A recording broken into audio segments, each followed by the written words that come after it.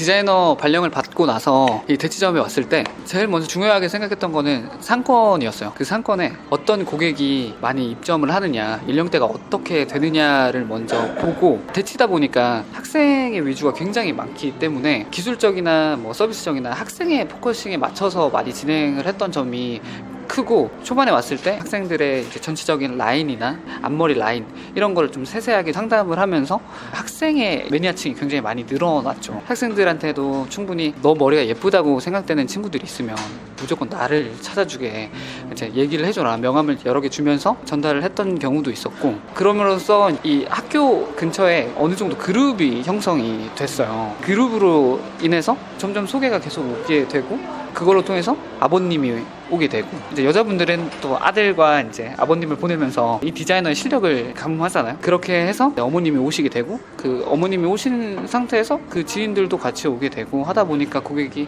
점차 늘어났던 것 같아요. 굉장히 중요한 부분이라고 생각해요. 파트너가 해주는 역할이 굉장히 큰 건데, 왜냐면 저도 디자이너고 아직 제가 이 고객의 페이를 받고 진행을 하는 부분이다 보니까 내가 안 봐주면 불안할 거고, 왜냐면 또 컴플레인이 생기게 된다고 하면 내가 못 봐줬던 것 때문에 생길 수밖에 없는 상황이 오기 때문에 좀 더 봐주려고 하지만, 그걸 조금 더 고객을 같이 봐주는 그런 느낌으로 가니까 고객님들도 훨씬 더 가족 같은 분위기여서 훨씬 더 좋아하시는 것 같고, 그 고객님들이 제 파트너를 또 더 많이 찾으시고 하면서 조금 더 역할 분담이 좀 잘 됐던 것 같아요. 저희 인턴 때 같이 일한 적이 있잖아요. 네네. 네, 저는 되게 기억을 생생히 하고 있거든요. 대선배님이시죠. 네.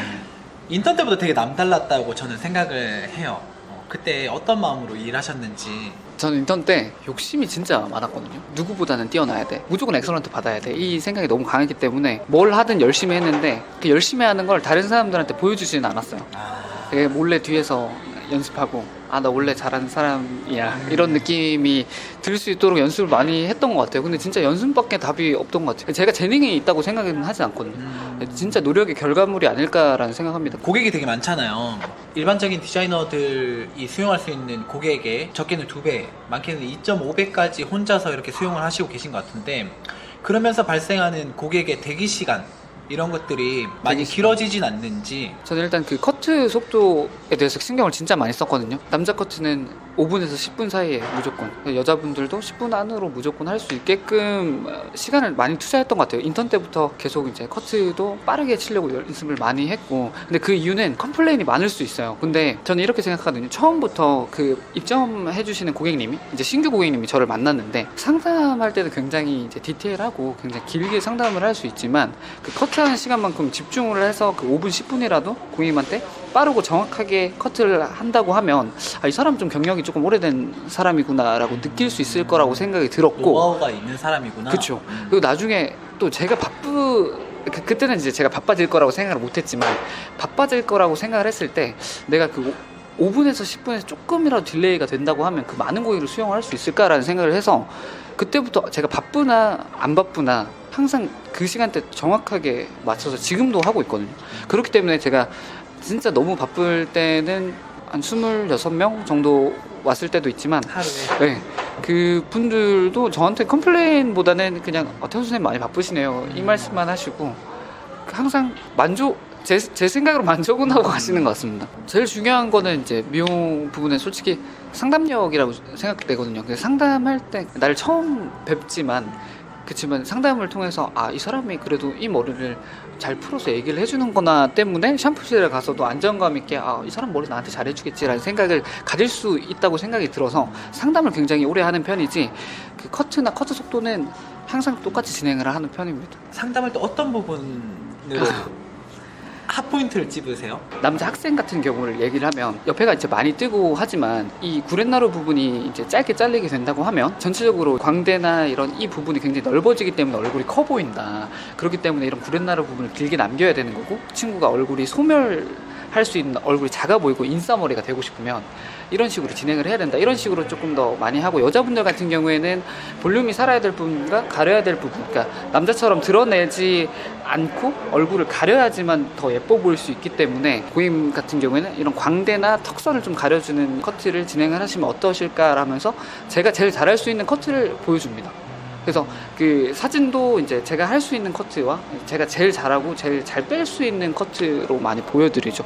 결과물을 제가 했던 거를 많이 보여드리면 고객님들도 이 디자이너가 그래도 이런 결과물을 뺄 수 있네? 그럼 나도 믿어도 되겠다라는 생각을 가지고 이렇게 진행을 하죠. 디자이너들이 네네. 많은 고객을 소화하기 위해서 디자이너가 가져야 할 필수적인 요소들에 대해서 어떤 것들이 있을까요? 나만 할 수 있는 커트 프로세스를 가지고 최소화를 시켜서 속도를 굉장히 빠르게 하는 게 제일 중요하다고 생각하거든요, 저는. 그래서 그 속도감은 솔직히 많이 해봐야 늘기도 하고 또 정립이 굉장히 잘 돼 있어야 좀 속도를 빠르게 할 수 있는 것 같아요. 고객님들도 제가 빨리 하지만 결과물적으로 빨리 했지만 정확한 그 커트를 하다 보니까 고객님들도 보면서 만족을 하기 때문에 그거에 대한 이제 컴플레인이 전혀 없고, 그래서 속도와 만족감을 동시에 가져갈 수 있는 그 최적의 중간 사이를 맞춰서 커트를 많이 하죠. 내가 생각했을 때 이 정도 됐으면 고객이 만족하실 수 있는 정도의 커트야 라고 생각이 들게끔 이제 프로세스를 정립을 한 다음에 그게 다 이제 속도를 더 빨리 하기 위해서 그 연습을 굉장히 많이 했었죠. 생활의 달인 보면 네네. 이거 뭐죠? 붕어빵. 타코야끼. 네, 타코야끼. 달인 보면 이렇게 다 튕겨서 이렇게 하잖아요. 커트가 빠른 디자이너로 사실 되게 유명하잖아요. 속도와 네. 만족도가 어떻게 보면 반비례할 수밖에 없는데 지금 선생님은 속도와 고객의 만족도를 함께 충족시키고 있기 때문에 고객이 많이 찾아온다고 보여지거든요, 저는. 그렇게 함께 충족할 수 있는 태호 선생님이 가지고 있는 노하우가 있을까요? 남자 같은 경우에는 뒷 라인이나 이런 구렛나루 부분을 굉장히 신경을 많이 써줘요. 그러니까 대칭이나 이런 부분을 굉장히 많이 신경 쓰고 라인에 대한 그 부분을 굉장히 많이 저는 강조를 하거든요, 친구들한테도. 여자분들 같은 경우에는 어느 정도 이제 뒷부분에 이런 뭐 층이나 이런 부분은 누구나 다 잘할 수 있는 부분이라고 생각이 되는데, 이제 각자 그 사람만의 이제 얼굴형이 또 다르고 길이도 다르고 넓이도 다 다르기 때문에 이 앞머리에서 나오는 그 느낌이 조금씩 이제 변형이 돼야 된다고 생각이 들어서 이제 그 여자분들 같은 경우에는 얼굴을 가릴 수 있게끔 그 앞머리를 굉장히 신중하게 잘라주는 편입니다, 저는. 그런 포인트적인 부분들에 집중을 해서 그쵸. 한 사람에게 할애되는 시간은 짧을 수 있지만 개인적인 만족도는 훨씬 더 높아질 수 있다. 네, 그렇게 생각합니다, 저는. 많은 손님을 수용하다 보면 네네. 디자이너의 손이 닿지 않아서 네. 고객의 만족도가 떨어질 수 있을 거라는 생각이 들거든요.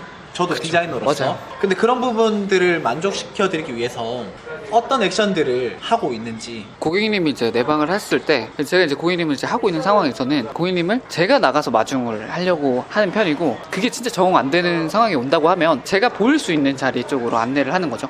이제 자리에 착석을 시키고 나서 제가 일하는 모습을 보게 합니다. 태호 선생님이 지금 바쁘게 일을 하는 중이구나 하고, 나중에 이제 고객님한테 가서 그냥 좀 기다리셨죠. 그러니까 너무 죄송합니다.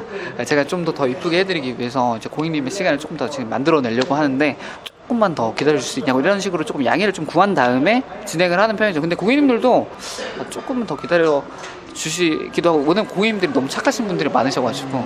진짜 좋은 네, 분들 너무 많죠. 맞습니다. 네. 감사한 분들. 그래서 좀 신경을 못 써줬던 고객님이 있으면 최대한 3스텝을 나가려고 하고, 그 3스텝을 하면서 이제 고객님들과 조금 그 사이에 이제 안부도 묻고, 다음에 이런 머리 했으면 좋겠다 추천도 해드리고 하면서 그런 식으로 하는 편입니다. 그러니까 그 3스텝을 했을 때 조금 각인을 시켜주는 것 같아요. 그때 이제 언제 와야 되고 다음 시술을 언제 받아야 되고 주의해야 될 상황들, 이제 이런 거를 조금 더 많이 설명하는 편이죠. 파마를 하러 오시면 됩니다, 날짜는 이날이 좋을 것 같아요, 이렇게 해서 조금 어느 정도 좀 구체적으로. 구체적으로. 네. 일을 하실 때 가지고 있는 개인적인 루틴이 있으세요? 방문해 주시는 고객님이 이제 오게 된다고 하면 그 고객님들을 끝나고 난 후에 문자를 다 보내는 편입니다. 안부 문자인데 밑에 네이버 문구나 이렇게 해서 이쪽으로 예약을 주시면 훨씬 더 편하시다, 내 휴무는 수요일이고 이때 와서 나한테 머리를 하면 너무 좋겠다라고, 그런 문자의 문구를 고객님들을 한 분 한 분씩 다 보내는 거죠. 그러면 문자를 언제 보내요?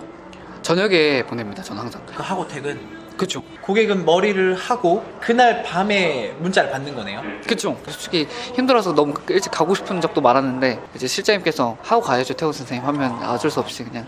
실장님도 대단하시다. 그쵸, 맞습니다. 문자를 보내는 것에 대한 나의 시간과 노력이 많이 들잖아요. 그쵸. 그게 지금 말은 되게 쉽게 해서 매일 저녁 퇴근하기 전에 문자를 보냅니다라고 얘기를 했지만 네네. 그게 얼마만큼 어려운지 저는 알거든요. 이런 액션들을 고민하고 있는 디자이너가 있다면 무조건 해야 된다고 생각해요, 저는. 무조건 그러니까 해라.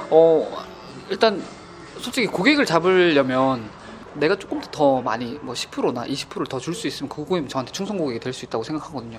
그렇기 때문에 조금 더 고객님에 대한 감성을 좀 건드리는 부분이 좀 그리 아닐까라고 생각을 해요. 저는 그래서 이번에 새해를 맞이해가지고 좀 귀여운 소 황금 저금통을 한 부분씩 다 드렸어요.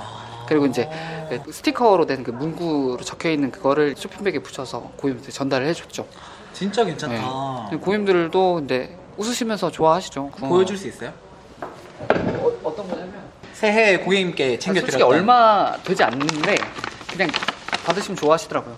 쇼핑백에 이런 문구를 준비를 해서 붙여서 새해 복 많이 받으시라는 멘트를 준비를 했고요. 이런 포장지에 올해가 황금소의 해잖아요. 황금소 저금통.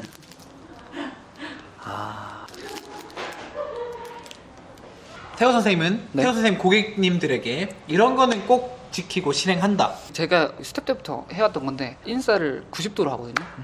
고객님한테 너무 감사드린다고 하면서 90도로 인사하면 부담스러워 하시긴 하시는데 어머님이나 아버님들은 굉장히 좋아하시더라고요.